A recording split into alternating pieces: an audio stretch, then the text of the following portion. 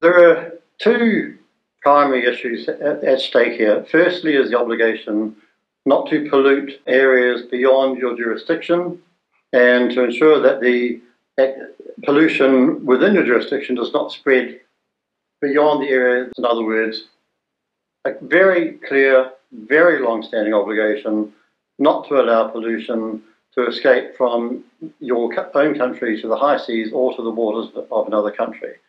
Quite honestly, there's absolutely no doubt this obligation will be breached here.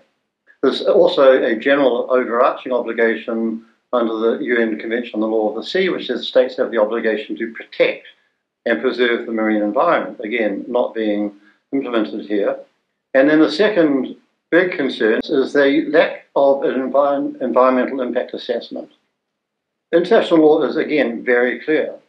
When states have reasonable grounds for believing that activities may cause substantial pollution of or significant and harmful changes to the marine environment, they shall assess the potential effect of these activities by conducting an environmental impact assessment.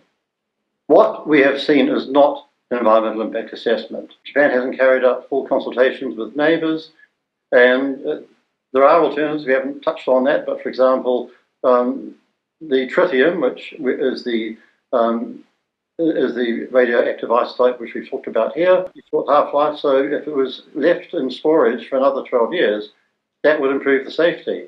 Japan could, or TEPCO could acquire more land and build more tanks. So there are alternatives here that haven't been discussed. And lastly, there are steps that countries can take. China, Korea, concerned Pacific Island states can go to an international court called the International Tribunal for the Law of the Sea, which is based in Hamburg.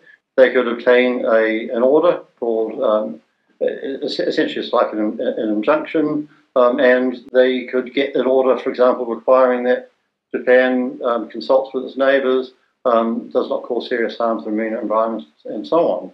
So international law does provide a way forward.